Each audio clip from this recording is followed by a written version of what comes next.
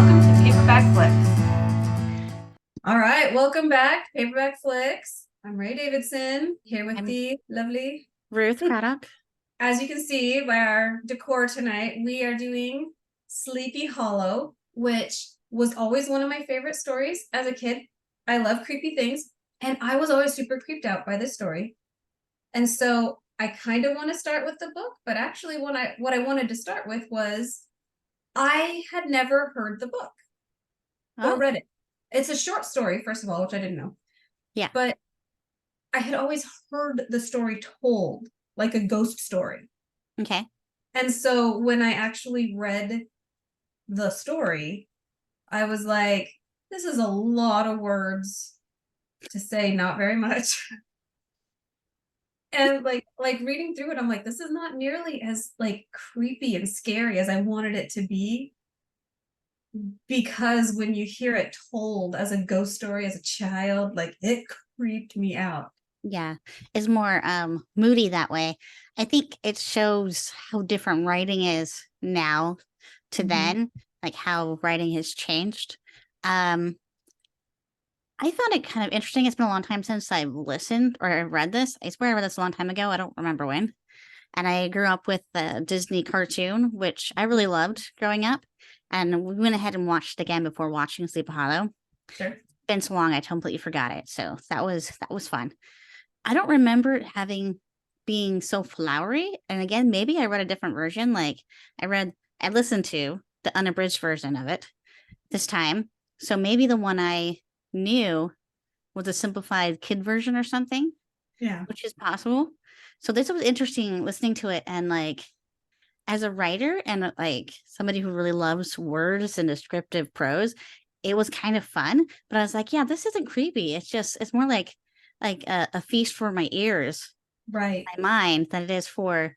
It's not creepy until it gets to that point. Right. Until it gets to the night of where it actually starts. He gets chased by the Headless Horseman. It's not scary. And Correct, it's not really, and like it talks about like kind of this atmosphere of sort of superstition, and I get kind of an interesting image of what the town's like. And I think he paints a very interesting image of Ichabod. I appreciate it. I enjoyed that. I remember always sort of sympathizing with Ichabod that he didn't end up with the girl and he got chased away. I always kind of felt bad for him.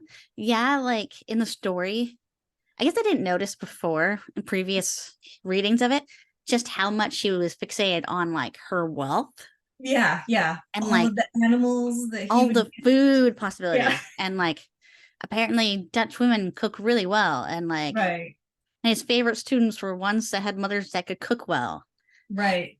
And like he's all salivating over her riches. And on top of that, she's a beautiful girl. So it's like, why wouldn't he be interested in this scenario? And so I did a little bit like because I got done with it a lot faster than I thought I would because it's just a short story. Pretty short, so yeah. I did a little bit of looking into like, was this a common story for the time or whatever?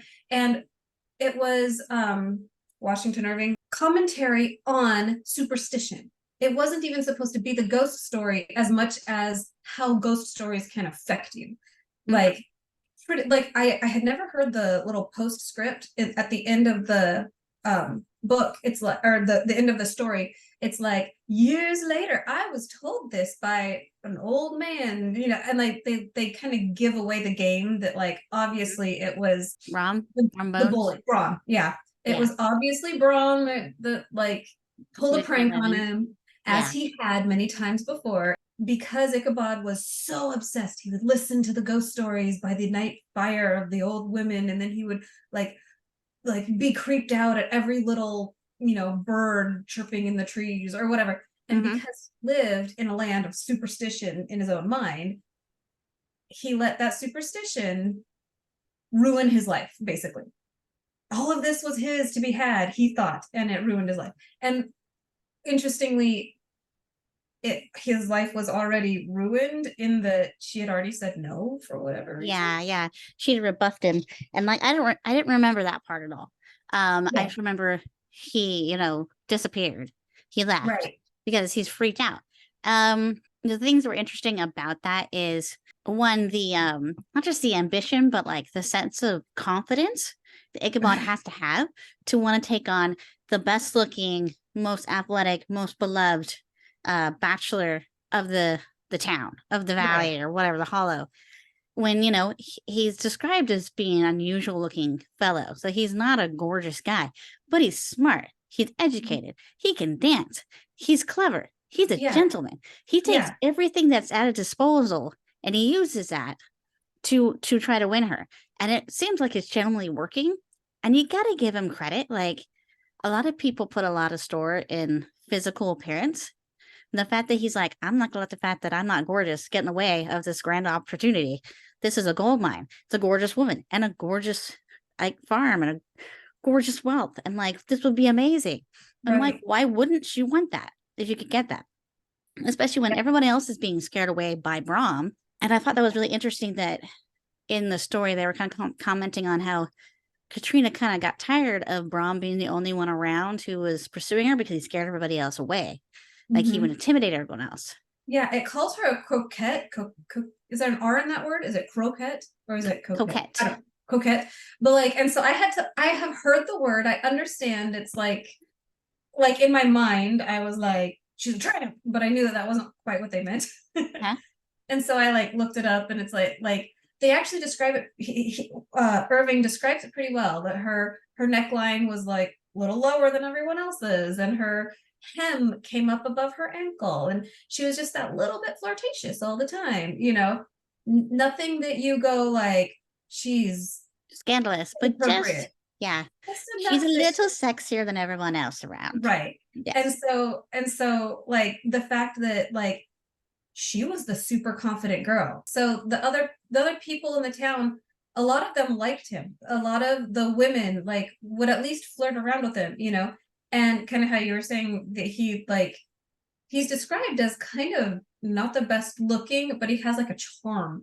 But the fact that Braun is intimidated to a degree, like he's not intimidated physically, but he kind of has that moment of like, oh my gosh, this guy could win. Like that guy could beat me. Like, yeah, they illustrate that really well and rather comically in like the Disney cartoon. Like, if you haven't seen that, you need to watch it again. It's hilarious. I saw it back when I was a kid and I was trying to find it just quickly a couple days ago and I didn't see it. So I found it's lumped together with the Mr. Toad video. So it's the legends of Mr. Toad and Ichabod Crane. So we had to skip through Mr. Toad to get to Ichabod Crane, the second part of the video. Okay. Which was annoying, but it was like, it's worth it because we tried to watch Mr. Toad and we're like, no. Yeah. Well, so Sleepy Hollow is another one of those stories.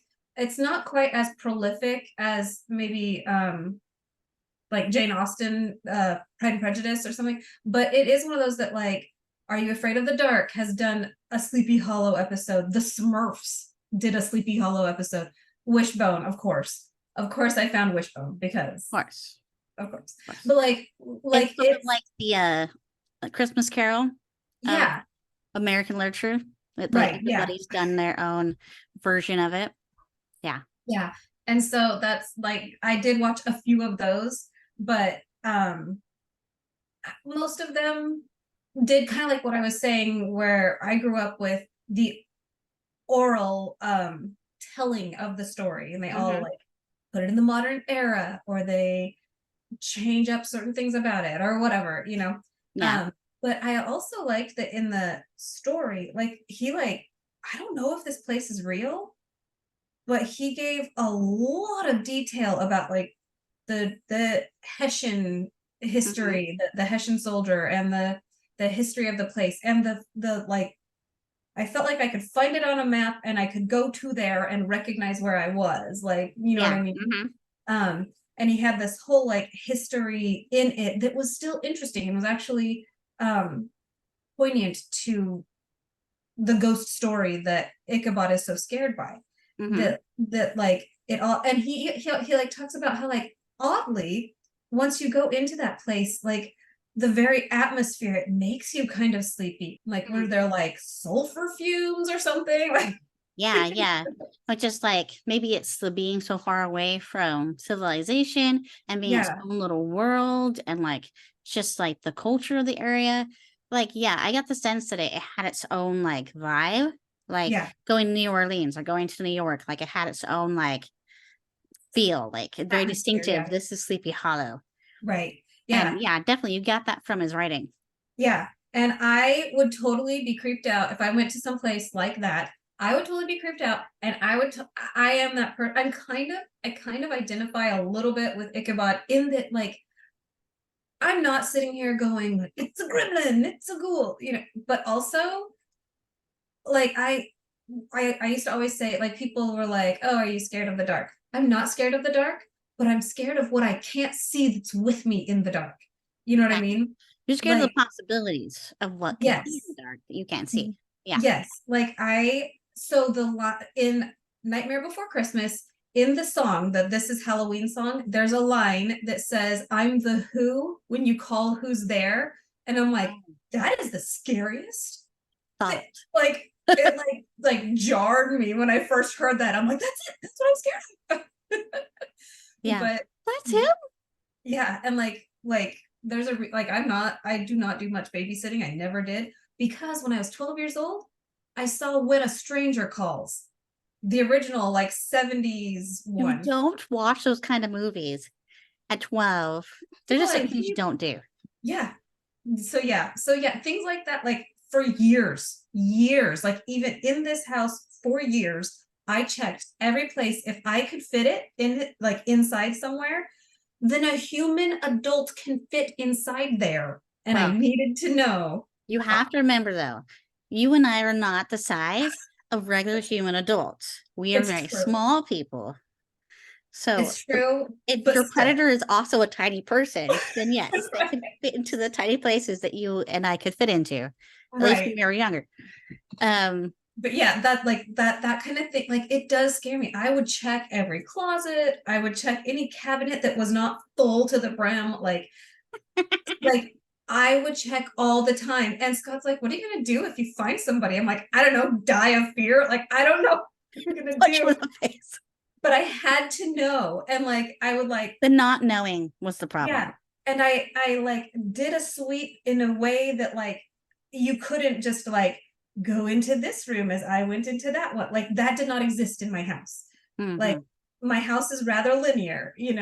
And so as I checked this portion, there's no chance that you can sneak by me as I go down the hall or whatever. Yeah, that's good. Yeah, I was totally that person for so long, and maybe still sometimes am.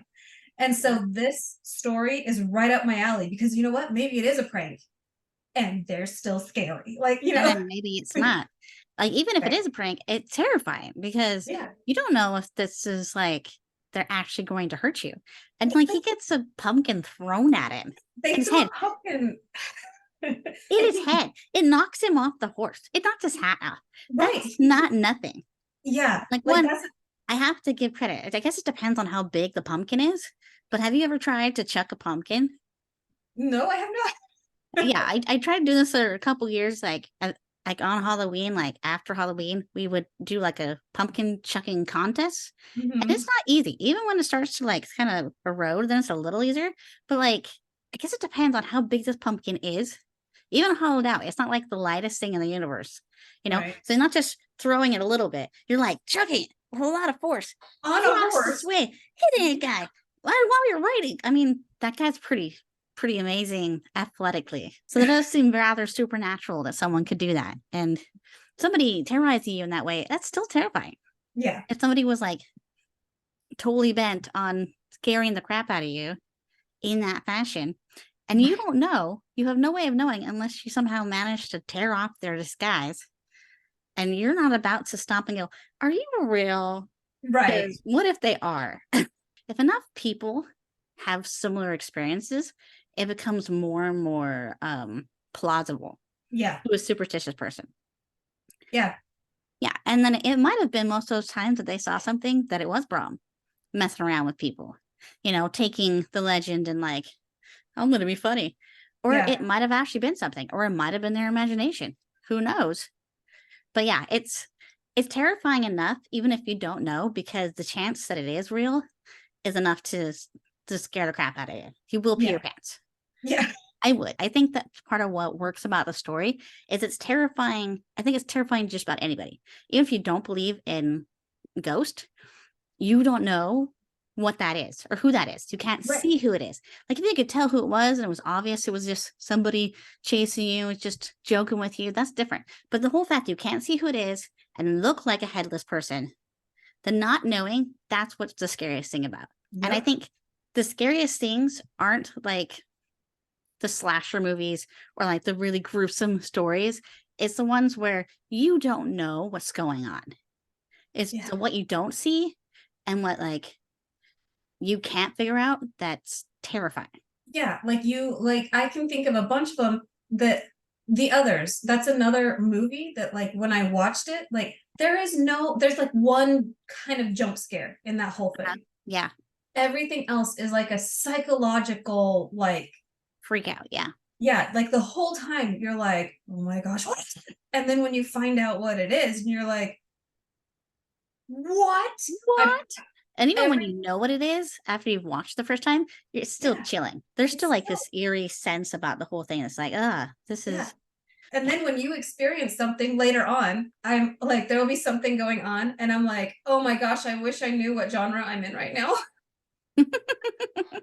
Am I in a rom-com? Because then this is all going to be hilarious. Am I in a slasher film? Because I'm going to die. Like, tell me, narrator in the sky. What yeah. kind of movie am I in right now? The music play, please, so that Yeah, that always helps. Your theme music. Oh no, I'm in a yeah. horror film. All right. Well, speaking of movies, before I move on to the movie that the Tim Burton Johnny Depp, was there anything else that you wanted to say about the book, the story?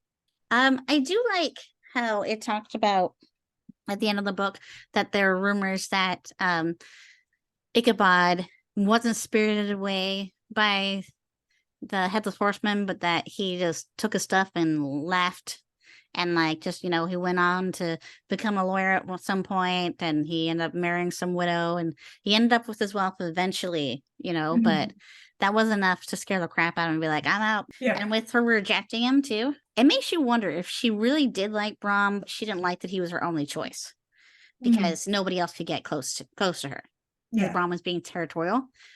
Did she just want to make him jealous and that's why she entertained Ichabod, or was she actually slightly charmed by him? Was she kind of like, well, he's educated, he's not some country bumpkin like Brom, Right. or did she just like want to see if she could make him see, hey, I could choose someone else, I don't See, have to choose you, right. you're And I lucky if I kind of choose you, yeah, I am choosing you. I'm not settling for you're you. not choosing me.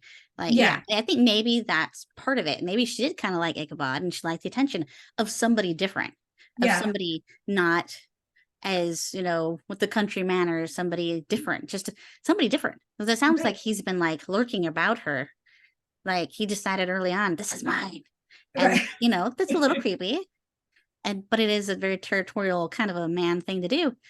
But to have somebody else be like, oh, Katrina, and to try to woo her like a Right. gentleman. And I think maybe that possibly showed Braun, hey, yeah, I need to treat her more like a lady because she doesn't have to put up with me. Right. I'm not the only guy in the world. So I Even if also I'm the best guy around these parts. she settled for Gaston. That's all I can say. No, it's okay. Yeah. But Well, maybe Gaston in this situation learned something, but it doesn't sound like it if he actually it's took the other guy away. But of true. course, at that point, he doesn't know that she already rejected him. That's true. Yeah. I wonder if he wouldn't have done it if he realized that she had realized that she really wanted Brom and not Ichabod and that she rejected him. Would he have left him alone? Right. Would he have been like, cool, then I'm gonna go spend my time with Katrina. I'm not gonna waste my time on I'm not him. going to worry about you. I don't know. I think maybe he still would have done it out of spite. Because The he's fact just that a he jerk. made him worried for a second that he was going to lose his girl. The Yeah. fact that he made him look like a fool because he seems like the kind of guy who would. Maybe. Yeah. So, Yeah, yeah. I also kind of wonder with the whole Katrina situation if it would have been kind of speaking to the hold that the parents have, because this is an old kind of an old world mentality they're all these German families that are all related to each other, and dad making his wealth kind of like set them up in the society that they were set up in, and taking on a city boy teacher. Like, I guess there's a certain amount of social stamina that could come with that, but Yeah. it seems to me like this is the kind of place that, like, let's tell the truth. You're not choosing your spouse. Mom and daddy are choosing your spouse. You know what I Yeah. mean? So you're wondering if maybe it was the dad says, look, that's nice and all, but he's Yeah. not from here. He's not our kind of person, Right. So I guess it's kind of a education versus culture kind of a situation where like being part of the same culture or being like more sophisticated and educated, like would that really even be respected there? And I Yeah. think it sounded like from some of the things they talked about, like some of the parents were like, don't even go to school. School's a Yeah. waste, So Yeah. I don't, maybe they wouldn't have had as much respect for education and gentlemanly manners. Right. Maybe they would have been more like, oh, this guy's tough and he's cool. And yeah. Yeah. So This is the guy you flirt with. That's the guy you marry. That's just yeah. And yeah, it's interesting little commentary about dating, yeah. But I gotta give Ichabod credit for having the confidence and the guts to be like, I'm gonna go after the prettiest, richest girl in town who already has a stud chasing after her. Yeah. I'm gonna do it because I don't give up. I do everything I can to make something possible. And that shows the kind of person Ichabod is. If it weren't for the fact that he's also a little bit superstitious, he would have totally, run that town. Yeah. But everybody has a flaw, everybody has a weakness. And I do like that about Ichabod, that he has a weakness. And I do feel like they translate that into the film version as well. Yeah. Yeah. With segue that way. Tim Burton's creation. Maybe Hallow. But I thought it was interesting. I looked up when it came out. This came out in 1999, and I thought that was interesting because in the movie it's 1799, and they're talking about how they're about to go into the 18th century. I was like, oh yeah, that's really interesting that it was right at the cusp of going into a new century in real life too. So yeah, that's kind of cool. Interesting. So I love Tim Burton. I know that it's funny because people seem to be very opinionated. Like, there are not very many people who feel medium about Tim Burton. Most people are either like, yes, I love it, it's amazing, or else they're like, oh, that's not my speed. It is 100% my speed. Even though this one was rated R, it is a little more gory, and it is rated R. Oh, okay. It is, which I discovered upon watching it. Well, it's funny because I've watched this plenty of times, and when my sons said they wanted to watch it with me, I'm like, is it violent? I'm like, it is, but in a realistic / cartoony way. Like, it's right. Like, what's this rated? I'm like, I think it's PG-13 because to me, it's not rated R worthy at all. Right. Well, for 1999. Maybe, yeah, 1999 maybe. But then I was also raised like watching Terminator and like really inappropriate things for children. I was gonna say, I was raised very differently than how I raised my kids. So I know my kids are so sheltered and sweet and innocent, and I'm like, that's so cute. But at the same time, there's all these movies I want to share with you that are slightly inappropriate, but I'm very fond of. But I don't want to like offend your like sweet, pristine soul. Yeah. But I also want to bond with you on that level. But it's like, can they handle this or can't they handle this? And I'm like, I don't know. Yeah. And on this one, I opened it up to my teenagers. I'm like, if you want to come and watch it with me. And they were like, meh. They don't know what they're missing. That hurts me a little bit, but also fine. I'll also love you. Yeah. But yeah, so I love this. I also love Johnny Depp, and I also love Christina Ricci. Christina Ricci. Yeah. Anyway, also the lady that plays the stepmom, she's Madame Giry in Phantom of the Opera. I love her. I love her voice. I love she's great for the stepmom for that character. She's fantastic. Yeah. I feel like everybody was really well cast in their characters. I didn't feel like anybody didn't fit what they were. Yeah. So I looked them up a little bit because I'm always the one that's like, oh, this actor? No, that's not the actor we're talking about. Yeah. Oh, weren't they in this other movie? No, that was a Yeah, different person. that's Johnny. Johnny does that a lot. And he's like, how come I never remember actors right? I'm like, well, that's why I can have that gift. And that can be my strength. Yeah, so I looked them up and I was looking at just some of the like information because first of all, I was like half the cast of Harry Potter in here, and no, it's only like 3 or 4 actors, but it happens to be that like Dursley, the Oh, yeah. uncle, Bartis, that's Dumbledore. yeah, Dumbledore. So I purposely looked these people up. Oh, Christopher Walken, that was another huge one that I'm like, this is kind of how I think this might be what I know him from. Like Really?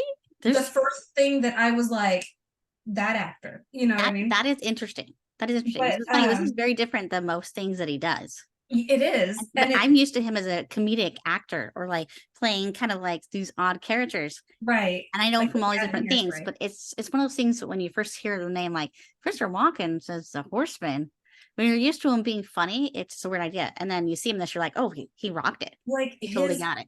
his image of him of the Hessian, like him as the Hessian, Yeah.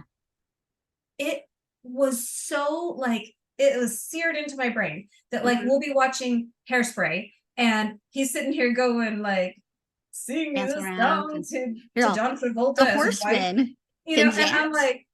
I'm like, and then he kisses you with his fang teeth or whatever. Like, I know, yeah. Like I thought I have to give him credit for the design of the Hessian himself yeah, because they made him scary even with his head. Even right. without being like the headless horseman, he's terrifying on his own as a person in real life. And I really Yes. like that. I like that they took the Hessian story further and made him extra scary, extra Mhm. intimidating, just extra like evil. And I think they did a great job. Like his Yeah. design is amazing. Christopher Walken does it really well. And that just adds another layer of creepy. So it's one thing if there's, everybody could be scary when they're dead. But if you were that terrifying when you're living, I don't want to Right. meet you when you're dead. Right. Yeah. So also it has Senator Palpatine, Emperor Palpatine from Star Wars, Oh yeah, who's yeah, yeah. also But super creepy. also, you don't even think about it, but yeah, that's Senator Palpatine. You're right. Yeah. And then it's one of those things that I'm like, ooh, I know this actor. What do I know him from? And it almost like pulls me out for a second until I can figure out who Amazing. it is. So I just like IMDb'd the movie really quick. So I can just be like, oh, that's oh, you know, I'm like, okay, Yeah. now I can watch the movie. But also I looked up the guy that plays the notary because I'm like, do I recognize him from something? I can't tell because he looks just older than spit. Like he is so that character is just so creepy looking by himself, right? So I Hmm. looked him up. I don't know him. However, he has been acting in movies since 1946. Whoa. He was in silent films. Like, dude's been around for a while. The dude's old. He is older than Spit. Okay. So probably I have seen him, and most of the stuff that he's done is like stuff that I'm like, I think I saw that once upon a time. But Thinking. Yeah. he's not off. He's usually a supporting character. He has been in like 8,000 things that he's either a supporting character or he's on like one episode or Mm-hmm. you know. And so One of those actors. yeah. And so yes, he is probably familiar.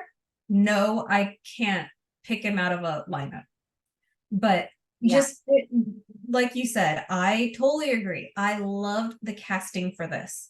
I I felt like the little boy, yes, he was the perfect amount of like innocent, but also kind of fits right in Tim Burton's world. I don't know. Like, Yeah. Yeah. Yeah. yeah, a kid that would follow Johnny Depp's Ichabod. Yeah. And that Ichabod was a little bit different. So I will say I did not need, nor did I particularly love his backstory. Oh, okay. I was fine with it. I wasn't like, oh, I hate that part. But I didn't feel like it was super necessary to the story. Mm-hmm. And also like sometimes I kind of just felt like did they just they're just like, hey, let's just show weirdness. Like, you know what I mean? Like, let's just make it a little weird, like, Or I was don't it know. like, hey, Tim Burton's got a really hot girlfriend. He likes to throw in things. Right. She was That's still great. his girlfriend or fiance at the time. And, he likes to put her in stuff because she's hot and she's kind of weird looking. Let's do the angle straight down. So we've got So she's actually really pretty, but like she's yes. pretty in a way in which she's somewhat mysterious and like just Yeah. a little off. Like, you know what I mean? And like, yeah, that was the fun part about watching those parts with my sons because I Yeah. have the 16-year-old who tries to avoid anything that's sexy and makes embarrassed. And then you have the 11-year-old that started like making fun of sexy things. So he's like, oh goodness, oh Well, look my. at She's got that. like this full cleavage. It's like more than the regular low cut. It's like Right. opened up, and you're like, yeah, she's Well, dancing and like, around this way in front of her kid because she's a yeah, very free that's spirit. what Scott said too. Scott was like, pretty sure if my mom was like that, they probably would have thought she was a witch too. Was like that. I think it's funny that that's not what her priest father is upset about. Her drawing in the dirt. Right. Right. That's what he's upset about. Not the fact that she's got her cleavage just busting out and like inviting everyone in the universe to like stare at her. He's like, well, Not that's why I married her, but this, oh, well, apparently, yeah. I'm like, how did those two meet?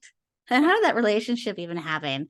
yeah, Unless it was like completely arranged, and like, why did it take him this long to realize that she was different? right. Was he just too mesmerized by her bosom or something? Or like he's like, wait a second, something's wrong here. Yeah. Yeah. So But I think like I said, I was fine with it. It did feel like the kind of story that Tim Burton would probably tell.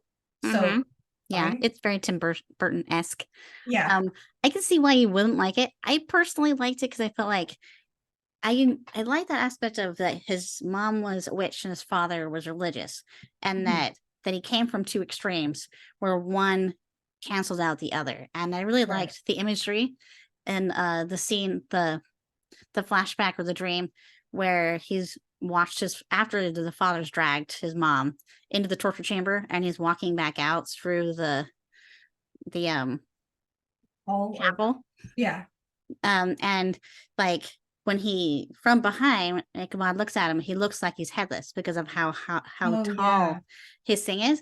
And I love that imagery. I don't know, like maybe they're trying to like a nod to, his father represents everything that he's terrified of. He's scared of things that he can't explain, but he's Mhm. also not scared of them because he was raised by like a witch, Right. you know? So Yeah. he's seen the positive side and he's seen the negative side of both sides.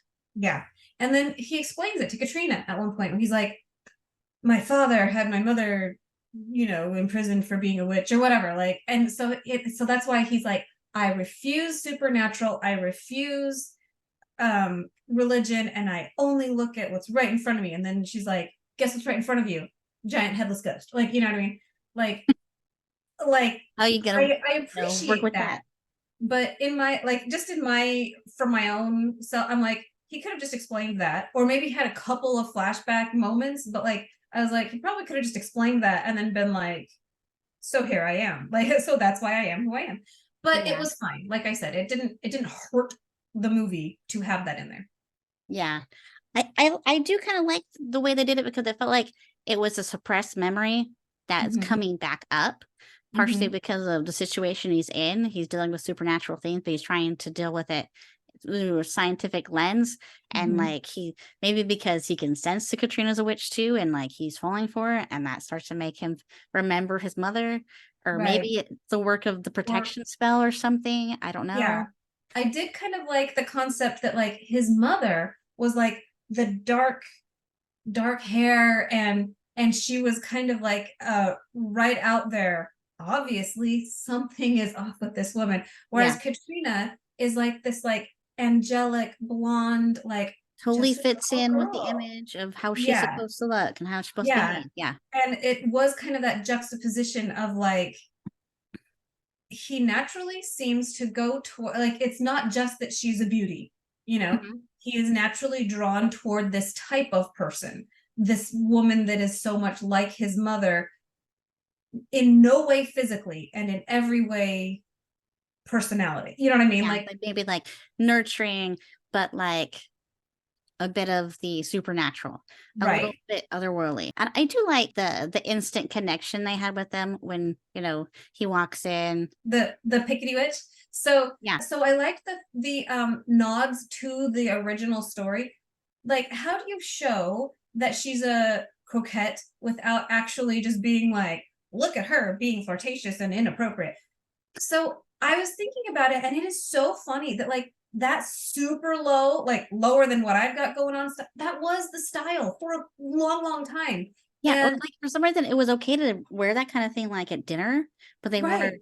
like more modest And stuff then in the you mornings or yeah, something. like Like, because apparently like cleavage isn't sexualized at night.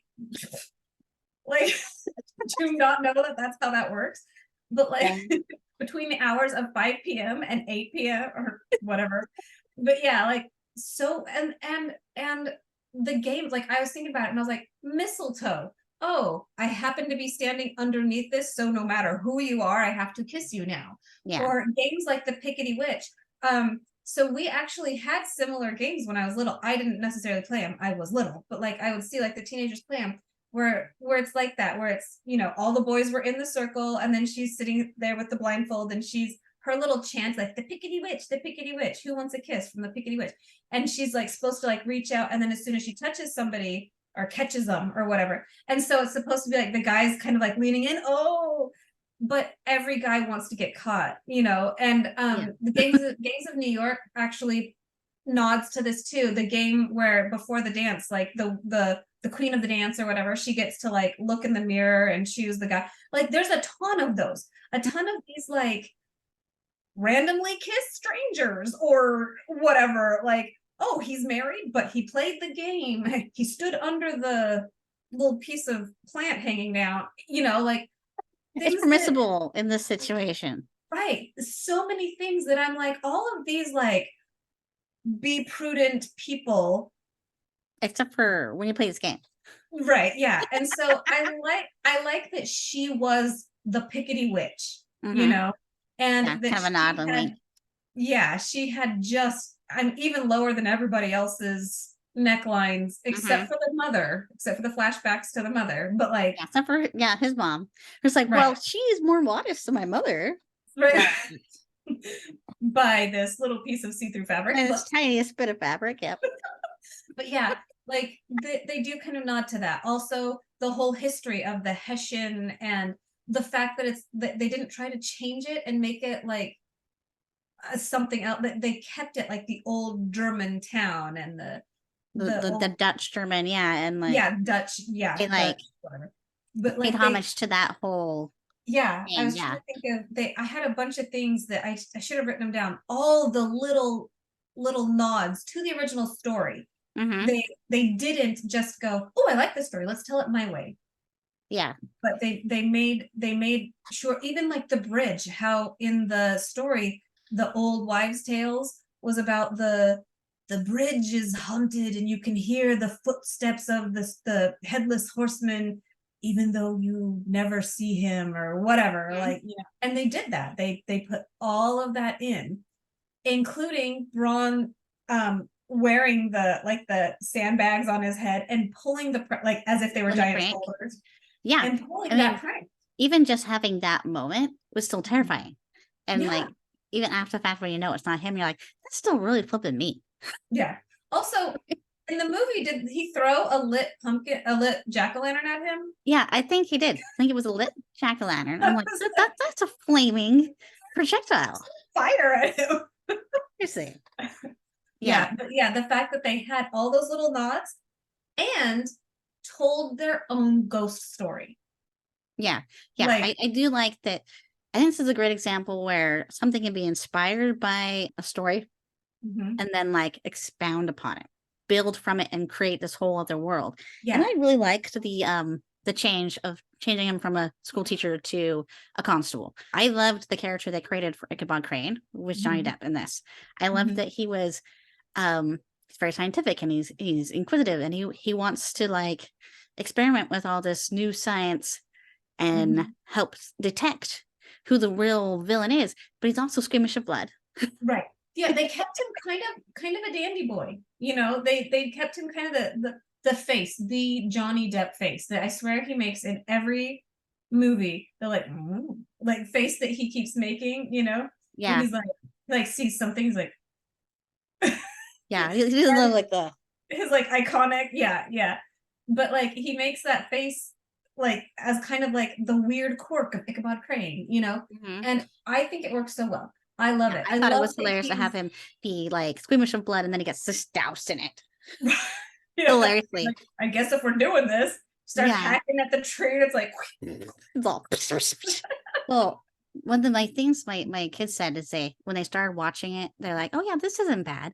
Like, yeah, you watch somebody's head get cut off, but like the way they do it, it's almost cartoonish while yeah. still being semi-realistic. And the So blood is they're like, the blood is so bright red, it doesn't feel real. So it feels like, oh, this is okay. This isn't real blood. yeah, It's like, yeah, it is pretty bright red. yeah. So my oldest, she was there for at least the first like third of the movie, give or take. And she saw like the very beginning, they have like the coachman or whatever, and Yeah, the guy that's running through the cornfield, I think, or wheat field. yeah. And it's so funny because Bethany was like, did his head just pop off before the guy even slashed? I'm like, it's entirely possible. He's like, He's got an evil demon sword, okay? yeah, It has magic powers. Like when it cuts off the head, it like cauterized it like instantly. So mhm. like it was as hot as, the flames of Hell, hell. And I was yeah, like, that adds to like the like, oh. And yeah, like I love like he keeps trying to say, no, guys, it's not a ghost, it's a person of flesh and blood. And then when he finally actually encounters the horseman, and like he passes out, like that whole thing was yeah, terrifying. I'm like, yeah, if you watch somebody get their head taken off and then that head of a person you were just talking to roll down a hill right between right, your legs, and then that same person that killed him came down and like right between, yeah, like that whole thing, I'm like, oh my gosh, yeah. Well, yes, and I would pass out. the way that he deals with it afterwards, when he's like in the bed, and he's like, He's like, the who's the horseman, horseman? it's The headless, horseman. like, oh yeah, we told you, we all told you. It's like, no, you didn't see it, I saw it, he's real. And then he's all Yeah, I love that. I loved that, like he's both brave and incredibly like not brave at the same time. I loved that they added like the complexities of his personality. right, That they made him, I think that's one of the things they don't do as much anymore is creating a character that's flawed in a realistic way, not yeah. just I'm amazing. Right. It makes him more of a hero that he has to have. I mean, you don't think of Sleepy Hollow as like a hero movie necessarily, but he is a hero. Ichabod Yeah. Crane has character development. Like Hmm. at least in this movie, like Yeah. he goes from being a very close-minded in Yes. one sense and yet forward thinking in another sense, like Mhm. into like not quite the reverse, but he Yeah. like He finds suddenly himself kind realizes of in the middle where he realizes there's a place for the supernatural and a place for the scientific, and right, that yeah. he can find harmony. That yes, he was right. There was a villain of flesh and blood, but they're using a ghost. And I actually really like that idea that Yeah. like she took his head and was being able to command him to kill the people she wanted to. So at one point I had to actually pause it and be like, do you guys understand what's going on?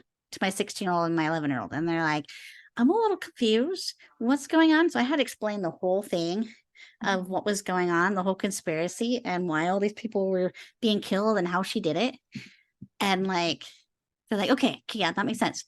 Here's the one thing about the whole conspiracy. The whole thing with like Van Tassel secretly marries the widow Winship, and then suddenly him and his son get decapitated. And then the widow was like, well, I am the next heir. And then she dies. And then it becomes anybody who knew about the widow and the other wedding, the secret wedding, they get killed. And then anybody else that would stand to inherit gets killed. And my one thing, I feel like the whole conspiracy makes sense, except for the part where why did they keep his wedding to the widow secret? Unless he knew there was someone out there that was going to send a supernatural ghoul to cut off his head, why was he hiding that? Well, I thought there was something to like, wasn't the widow Winship or whatever like a much lower class? I don't know if that's accurate. I don't know. All I know is that like the That was my son assumption. apparently fought with him over the will because he was going to leave her everything instead of leaving it to his son. Right. And I get that, but like, why keep it secret? Yeah. Unless Yeah. like they were going to make it like official or let people know later on, and then because he got killed. What's the other thing? Why she started at this point killing these people? Like, Yeah. if she could have done it before, why not do it before? Why She now? had talked about like at first, like she says, I don't remember it now, but she has her whole monologue where she's like giving like the villain's monologue. She's like, I had to marry this guy, and then I was able to just seduce the Reverend. I, didn't have to kill him, and the whole thing about being like she's vindictive against her family because they were kicked out in favor of Katrina's family, and so then she, ends up. I don't know if she's the reason why her mom got sick, but she made sure that her mom died, right? so Yeah, that she was could the marry her dad. nurse. Yeah, she was the nurse that was not nursing her back to health, and so she could replace her. Yeah, the one thing that actually bothered me much more than a hole in a plot, I don't know, crazy people do crazy. Like she just starts killing, which I guess is the only answer for my thing. But my thing was, why did they kill the midwife's kid? Because like I think he was there. So she was saying how the midwife told her about the widowmanship secret in front of her husband. She didn't say the kid. So unless he said in front of her husband and kid, like the kid's gonna have no idea. So yeah, that was always really bugged me. Yeah, but it is so much more like effective in that, like you're like, oh, I love that they don't show him actually kill him. Me too. I love that you just hear the scream, and that's in, enough to get everyone's attention. But it's also like this little kid just went through one of the most traumatic things possible. He heard his dad get killed. He essentially watched his mom get killed. Right. And then like he still gets it's just that's hard to watch as a mom. And the whole concept that like he was walking out. So he was leaving. So it's like I think what bothers me the most about that is that so many other times he's like, oh, I need to kill this person. You're in my way. Get out of my way. And if you get out of his way, then he doesn't go after you. Leave him alone, he leaves you alone. Yeah. Right. Except with that little boy that I cannot figure what role he had to play in it. Also, if he's like a 4-year-old little kid, even if he does see something or hear something, he's a 4-year-old kid. Well, he's not even gonna remember it, let alone. Yeah. And so like that was the one thing that just like the only reason that you tell it adds a creep value to it. Yeah. Like it's just a creepy. For that reason I forgive it, because like it definitely adds a layer of like, oh my gosh, like he'll kill anybody. Anybody could die. Right. Yeah. Nobody's safe. And the only reason that she would send him to destroy even the little boy is just because she's just that evil and just that crazy that, you know what, it's not good enough that I knock you out and I knock your husband out. Let's take out your whole family. Just because, anybody else is gonna, because she can, because that's how soulless she is. So she doesn't care. And anybody else is gonna cross me, I will take you all out. Like that. Exactly. Yeah. That's messed up. That is. Really. I don't care how evil I ever become. I'm pretty sure I would leave the little kid alone. I would like to think that I would do. Not that I plan on turning evil, but maybe she's thinking she's gonna take him out so he doesn't like grow up someday and then like take revenge. Maybe. Or like, you know what? So that was this is like totally different, but Scott was watching another a movie. It's like a sci-fi movie, and one of the lady that's like, oh, I'm about to destroy this whole group of people, and she sees a little newborn baby and she's like, oh, what a precious baby or whatever, and the mom's like, oh, thanks, and then kind of turns around and the lady just bends down and snaps the baby's neck, and I'm like and Scott's like, immediately after that the whole town is obliterated. I'm like, not good enough. And he's like, no, so the baby didn't have to suffer, it died right away. I'm like, not good enough. And I'm like, maybe that was the thinking. Oh, well, that poor child, he's traumatized, he will never be able to function, so might as well just take him out, right? Not good enough. Like, wow, really? Anyway, I like though that the horseman was a tool, that he did not have will of his own until he had his head back. Like that was not his decision. He was not the evil one He wasn't That life, decided to but kill the he just child. wanted to rest and just to Right. be at peace. But he's doing this because somebody is forcing him to do it. And I do Right. like watching her do that little ritual where she cut Katrina's hair and she'd burnt some of Katrina's hair in like the windmill, and she did a little chant over his like skull and everything. And it's like, okay, so that's how they're showing you, instead of like flat out telling you, this is how she's able to get him to attack certain people. That's how Right. he knows how to attack people. So she's giving him some kind of their DNA so he knows who it Right. is. Yeah. How to Some find part them. of them. Yeah. And that works for me. I kind of loved Braun's death. Yeah. Like I don't know why, but like just watch it, like the whole concept of, first of all, the concept of leave him alone. He's not after you. He's already done what he's going to do for now. you have no chance of stopping him. He's a Yeah. supernatural being. And then Braun is like, Leroy No, Jenkins. no, And I'm just gonna like, take him out. It you works know. with the Braun like personality, even from the book, that he's the Mhm. type that's like, no, I can get him. I can take him out. And then just that like totally glorious, inglorious death of just being sliced in half. And his You're whole like, body. oh, yeah. I was Yeah. like, oh, so gross. It's Also, so good and so bad. At the same time, you're like, yeah. like you kind of feel bad for him. You're like, oh, poor Braun. But at the same time, I love that Ichabod ends up with Katrina. But I also love that this Katrina is a much better person than the original Katrina. She's much more layered. She has more empathy, more personality.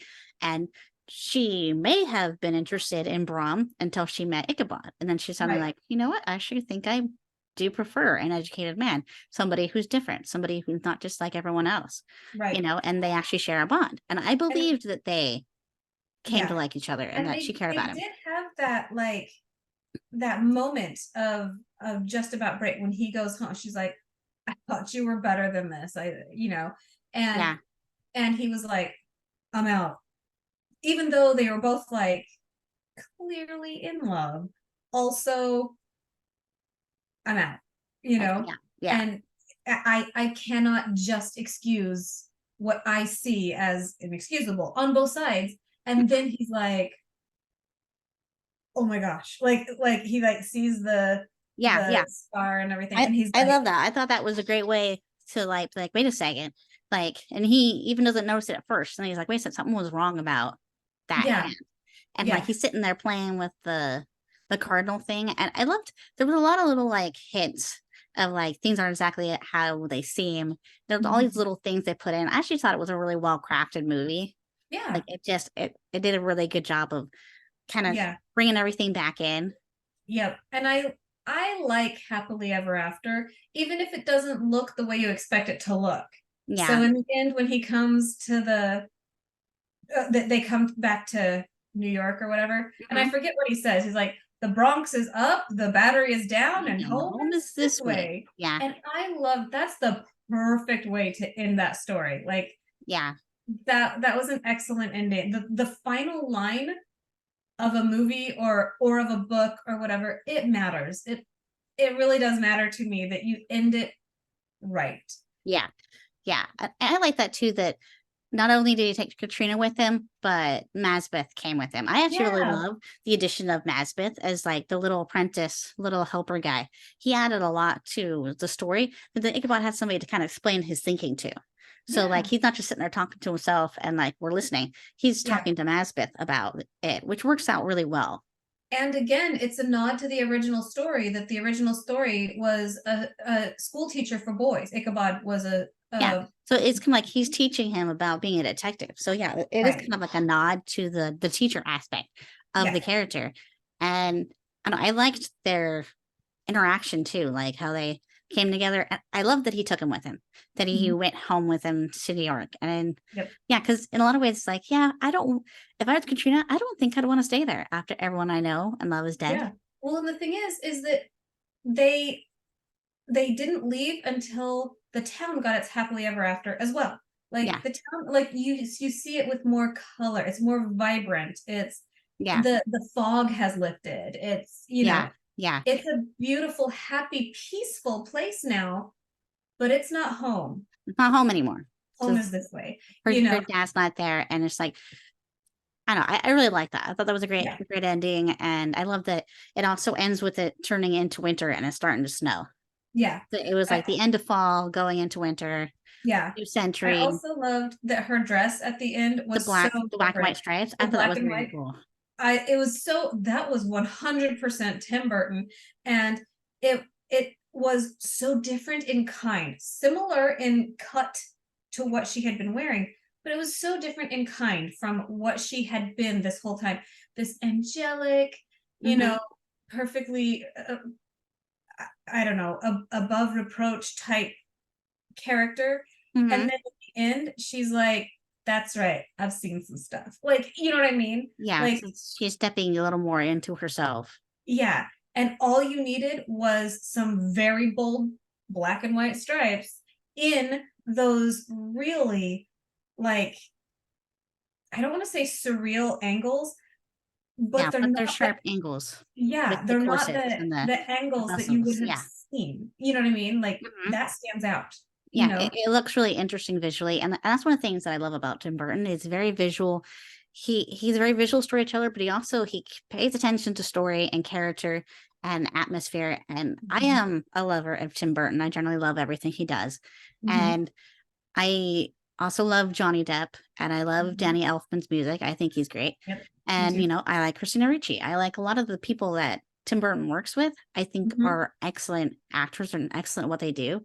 So I think it's kind of like a perfect marriage when you get all these really excellent actors and Mhm. talented people together to make something. And clearly, you know, there was a vision here of what he wanted, what they wanted to create, and they came together and they made it happen. And that's what I love about film is that it's like the ultimate version of storytelling is when you take all Yeah. the different mediums, all the different artistic crafts, and you bring them together to create something. Yeah. When it works, it's something truly magnificent. Yeah.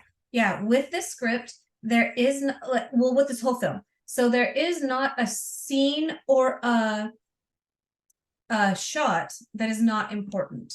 There, everything says something. There is not Yes. a line that is a throwaway line. They all end up mattering, even if they only matter for this long. They all there's nothing that you could throw away or cut out or whatever and still have the same experience that Yeah, the it feels kids. like a very, like, well, like, maybe Yeah, there'd been a whole lot more to it, but what they ended up with, the edited final version of the film, feels like a very put together, very concise, very well yes. thought out story. And so we were talking about how there was just a ton of names to this. That sometimes is a detriment to the movie. Because I am that person that's like, oh, that's this character on this show. Oh, that's the, I do that a little bit, but sometimes it like I won't name anything right now, but there are many movies that are like, well, this is like a laundry list of Hollywood's A list. And you know what? That's all it is. It's a Yeah. bunch of faces Mhm. being, being Infused. Clooney, being whatever, Yeah.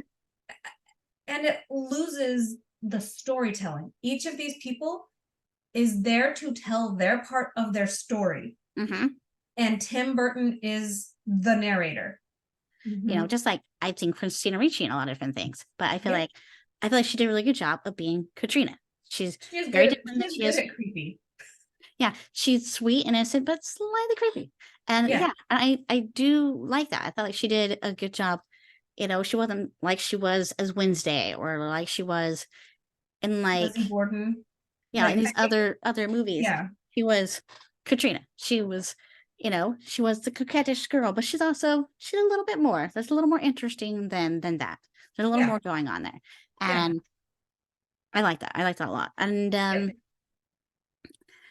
And what's funny, my boys were like, "Oh, he's doing Johnny Depp's doing his Willy Yep. Wonka Yep. impression in this." I'm like, Oh. actually, Willy Wonka came out after this movie, so Mhm.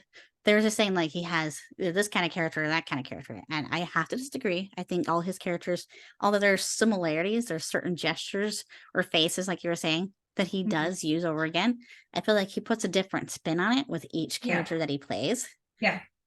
They serve and a different purpose every time. Yeah, yeah. Yeah. And it's what I really love about Johnny Depp is he's actually a very handsome guy, but he was not afraid to play odd or unusual parts, to go there and to maybe be even an ugly part or kind of a weird part. Like he didn't just like go, "Hey, I'm good looking. I'm just gonna be the handsome guy." That would Right. have been really boring. And think of all the wonderful things that he's done that we wouldn't have had, Yeah. or you would have had somebody else in it, and would it have been as good? Would it have been as interesting? You Right. know? He is one of those actors that he is a phenomenon. Like, Yeah. but yeah. So I don't know. Johnny Depp is one of those actors that to me, if he is in it, I'm probably gonna like it. The one that I can think of that I didn't like was something about Mexico. I don't know. Oh, a Once Upon a Time in Mexico. Once Upon a Time in Mexico. I didn't love that one. Yeah, that one's a bit different, a little more dark, Yeah. and he But was fine in it. that's Uh, that's okay. Yeah, like, and that's okay. I don't have to love everything that he did just because he did it. But this one, like I said, it's the perfect marriage of actors that I do tend to love and didn't pull from the storytelling, mhm. as well as like because some people will I have gotten the feedback from some of the people that I talk to that they're like, oh, Tim Burton is so overdone, or I don't actually love Danny Elfman music or whatever. I And like Danny Elfman. I Like, kind I of know some feel people are like, "Oh no, Danny Elfman." I'm like, What's wrong with him? I think he's great. I His stuff is memorable. You yeah. remember all of his themes, and they So stick in your head. this is not intended to offend anyone. I'm not actually trying to be insulting, but to me, just based on what people have said when they don't like Danny Elfman or Tim Burton or whatever, Hmm. it kind of seems a little bit of that like hipster, so many people like it that I refuse to Oh, thing. that contrary thing. Well, if it's pop, Yeah, I just can understand that because I get that way sometimes with things. Like I don't like to read a book when it first comes out and it's like popular and it's big, or I won't get into a series until after it's been out for a while, like a TV show. kind of how I did like with Nightmare Before Christmas. Like no one told me to like Nightmare Before Christmas. Oh No one no, told me to start getting into Tim Burton. no, But I that was kind of just a fell natural into it. response to his work. Yeah. I Wait, will okay. say Johnny Depp, my Yeah. mom had a huge crush on Johnny Depp, and so I was pretty much guaranteed to like everything that my mom liked, whether I intended to or not, I like it. Oh, that's interesting. All right, just quickly to mention Nightmare for Before Christmas. When that movie came out, I was about 11 years old, and me and my two brothers that are like 2 and 4 years older than me, Eve and Luke, we went and saw that movie in theaters 6 times. Nobody made us do it. Actually, my mom got to the point where she was tired of going with us. She's like, just go, just go. And we love that movie. And it inspired me a lot. I think that's where I started wanting to get into animation. Mhm. And I know it really inspired all of us. And what's funny is I watched some kind of documentary that said that it wasn't popular when it first came out. Yeah, And I'm like, yeah, it I had wasn't? that too. So I so loved that it. was right around the time. Was that when Luke worked at the movie theater? I don't think so. It might have been maybe a little before he worked there. I don't know. I It's know a that different like movie theater that he worked at than the one we used to go to. oh Yeah. He did work because in I movie know theater at one point. you and I like we became friends around the like 12, 13 age. Yeah, around that And time. and that was one of the big things, like the boy that we both had a crush on, and things like Nightmare Before Christmas that like we like really bonded. Not this. This is usually what I do when people are fighting each other, but like we really bonded Yeah. over Nightmare Before Christmas and that kind of thing. I Yeah. remember there was like a time that we were like decorating your tree with little Nightmare Before Christmas figurines and stuff, like Yeah. your Christmas tree. Like that was so iconic to my growing up.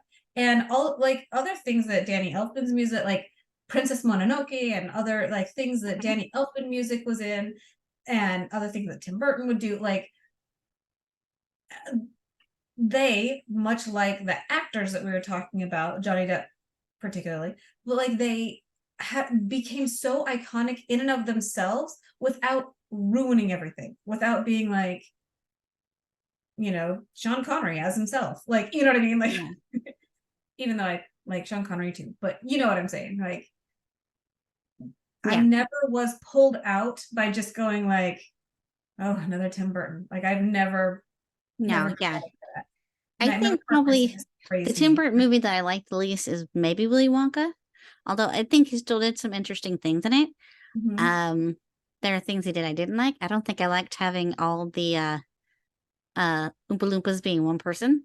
I Yeah. think I would have liked it better if it had been a whole bunch of dwarves instead of just one Yeah. dude. He is adorable. Like, I he mean, is yeah, very he's entertaining. perfectly fine, And yet, yeah. dude, but like I don't know, I think maybe it's a part of me that's like, well, more actors could have gotten more work if they had Mhm. just done it like they did the original.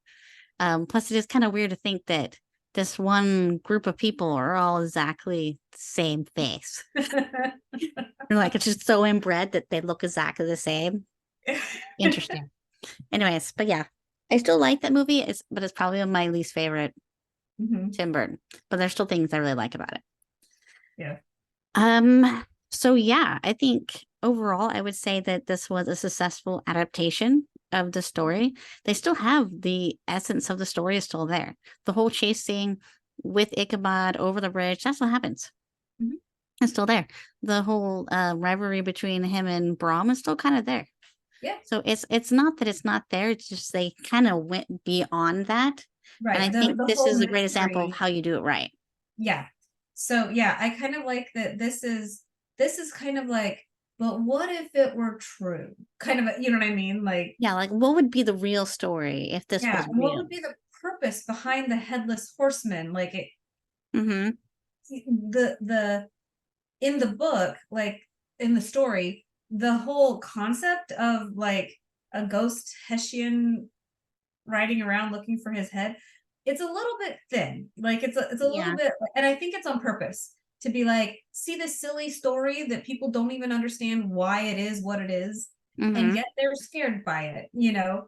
Yeah. And so that's fine. But I like that the movie kind of goes, what if it was all true? You Yeah. know? Yeah. So And like in the movie, they're like, he was, hunted down and beheaded just outside his town. That's why he hunts this town. right. And, and I like the And whole added thing of the stepmom and her twin yeah, being there when he died and their whole backstory. the I like crumb that. thing was weird. That was a little, When he goes to see her and ask her where it is, yeah, my one of my sons was like, "How did they know to go there?" I'm like, "I think they just saw that it was there in the woods and thought, hey, maybe this lady will know because she lives here." right. But like they're Well, and instantly terrified the of her. whole like Fright Night freak show thing where like the like Yeah, that was like like that was a little weird. It felt a like little weird and creepy, but it went with like the rest of it, the yeah. whole motif. But it was just funny. Like, nobody was with me for that part when I watched it this time. And I had forgotten that it was like, I remember that she's like in the chains and then she's like, "Ruth," and she like busts out of the chains. And like, I remembered I that almost bust out of the chains, and she's still like part. Yeah. And like across the attacks it. Like, table. I recalled that that happened. Like, I knew the show well enough to know the whole thing, but I had forgotten the actual like snake and the eyes. Like, I Yeah, yeah. forgot that whole part.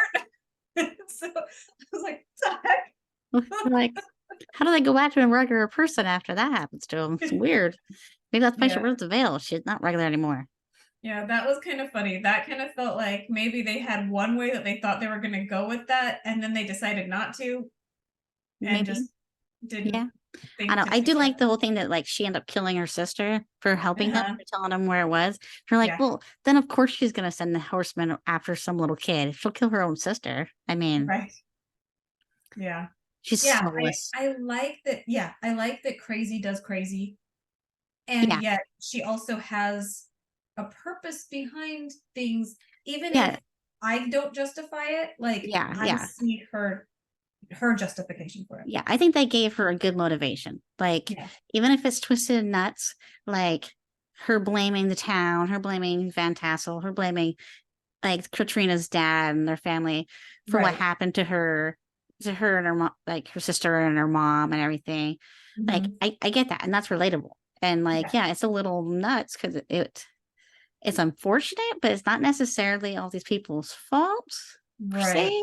Like to go this far to be willing to kill all these people. Right. I It's think pretty much maybe both if of them. I were her and I realized it was that many people in line before I would inherit, I might give up. I might be like, Yeah. you know what? Maybe it's not worth it. Yeah. If there was Well, like one person or two, but she had to kill all these people. and that's kind of the thing is that I don't know if this was intentional, but I saw some morals to this story. I saw the concept that like once you start, once you're willing to kill for revenge or whatever, where does it end? Where does it end? The only way that this ends is she gets dragged to hell. Like Or yeah, there is no other way that this ends, you know? yeah. Like, And because at what point are you going to be done? And would she have ever given him back his head? And she's like, right. well, I can have him get rid of him, whoever I want, wherever I want to. Yep. She's not going to. Exactly. And the Okay. concept that overcoming your fears, because his fears were made realized, Ichabod. Mm-hmm. It turned out it was all true. Even the stuff that he refused to acknowledge or refused to accept was all true. Mm-hmm. And he not only accepted it, but he rose above it. Like you Yeah. said, like when he's like blood makes him squirmy because of like the history with his mom or whatever. Yeah. And so then all of a sudden he's like dripping in blood because he had to do the autopsy. He had to know Yeah. I because don't know. Yeah. he had to kill the tree of evil or what or Yeah. attempt to or whatever, you know, like he was like, this is terrifying to me. This is my worst fear, and yet I'm going to overcome. Like the concept that that will out. It will have its reward in the end. Because in Yeah. the end, you get to go home. You know what I mean? Like, Yeah, exactly. And that was one of the things that when my kids brought up, they're like, "Oh, well, why didn't she just go kill them all herself? Why have the horseman do it?" I'm like, "Well, then it's she can say that she's completely innocent because no one's going to believe that she's controlling the horseman. But right. she goes around cut people's heads off. Eventually, someone's going to see her do it. Right. But if a horseman's doing it, supernatural being, they're like, "Oh, this the horseman just attacking people," then I'm not going to see that it's like deliberately planned that certain people are being attacked for a reason. So it's Yeah. like it actually makes perfect sense why she would do that. Yeah. Well, and she kind of strikes me as evil from the beginning. Like in the Yeah. beginning, she and her sister as children are collecting wood, yeah, Yeah, they're wood. living by themselves at that point. Their mom's And dead. like they both see this Hessian and the good twin. Like she's like, wow, run away, She right? runs away. Get The other away one like purposely snaps the stick so that they'll find him. He's all, yeah, "Shh," and she's all, yeah. "So screw you, Like dude." maybe like there. So the first time I saw it, I was like, she's the good one because she told the good guys, right, where About the the bad guy. bad guy is.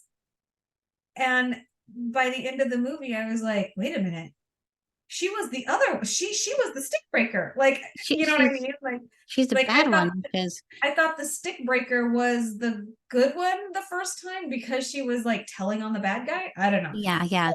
like it was like, Hmm. oh, she is Things are just not as they seem. she's like, what's that, you made fangs out of all of your teeth, what's that, you look like a demon from hell, break a stick, what you gonna do now, buddy? Like, Yeah. what little girl can do that? Like the evil, the crazy ones. Like, Yeah, exactly. Overall, it's a good movie. I really like it. I appreciated the way everything worked out. I liked her comeuppance. I mm-hmm. feel like it was all just really well done. I really enjoyed it. I loved her come ups. I love that he kisses her for no reason. He's just Yeah. like, oh yeah, I'm gonna do this now, rip your flesh apart. Well, I liked it because then it's like, oh, uh, you think you could torment me? You sold your soul to the devil to have the right to torment me? Well, guess what? I'm gonna drag you down there and you're gonna be my bride. I'm gonna torment you. Yep. And I kind of like that. It's like, Yep. you're the reason I died in the first place. You're like, I don't know. I felt like it was very, I loved it. It yeah. was just so funny. He's just like, There's one thing though, like when I like the graphics and the special effects for the most part in this movie, but there's one point where he gives him his head back and the flesh starts growing back. That like for the most part I think looks really cool, looks fine. But there's one point where like he starts struggling and he goes down and then he comes back up and his eyes and his tongue suddenly like just pop out. yeah, And that always cracks me up. That always yeah. just like busts me up for a second. And I'm like, bleh! And then he Makes goes me think back and like I'm the like, mask. I think that's what it was with the Chrome thing too, is it's almost comical, but Yes. it's supposed to creep you out. It's supposed to be like a jump scare, but it's more like a jump laugh. Yeah, you're like, yeah. It's not like horrible, but it's just silly and weird enough to be funny. Yeah. Yeah. Yeah. So anyways, so that's Sleepy Hollow. Cool. So next time we're gonna have a guest. Oh, cool. Yeah. So it's Darren Lundberg from Nostalgia Cast. That he co-hosts this podcast with my husband, and he's a good friend of his from way back when. And he wants to come on and talk about Jaws. Ooh, which okay. not everybody knows was a book first. So Yeah. we're going to read the book and watch the movie. And this movie is very formative to him and his whole film loving career. So he's going to have a lot to Just say the about it. first And one, right? yeah, the first one. Okay. Yeah, of course, the first one. I'll watch them all. Well, I don't yeah. care. But if I remember right, you like sharks too, don't you? You like Shark Week? I love sharks. Yes. All right. You are correct. I am not particularly a shark person, but I am interested to read the book and see like where the inspiration came from and like how it reads as a book versus a movie. Because it seems like the kind of thing that should have been a movie. And I have a hard time. Some movies I have a hard time imagining being books first. And then I find out they are books. They were from a book. I go, really? Because that feels like a screenplay to me. That sounds like a story that wouldn't have enough material for a novel. That feels like a screenplay. So it's going to be interesting. I'm interested to see how it is as a novel. So. Yeah, I'm stoked. I love sharks. Okay. All right. Well, that's what we're going to do next time. So for Paperback Flicks, I'm Ruth Craddock. I'm Rae Davidson. And we'll see you guys next time.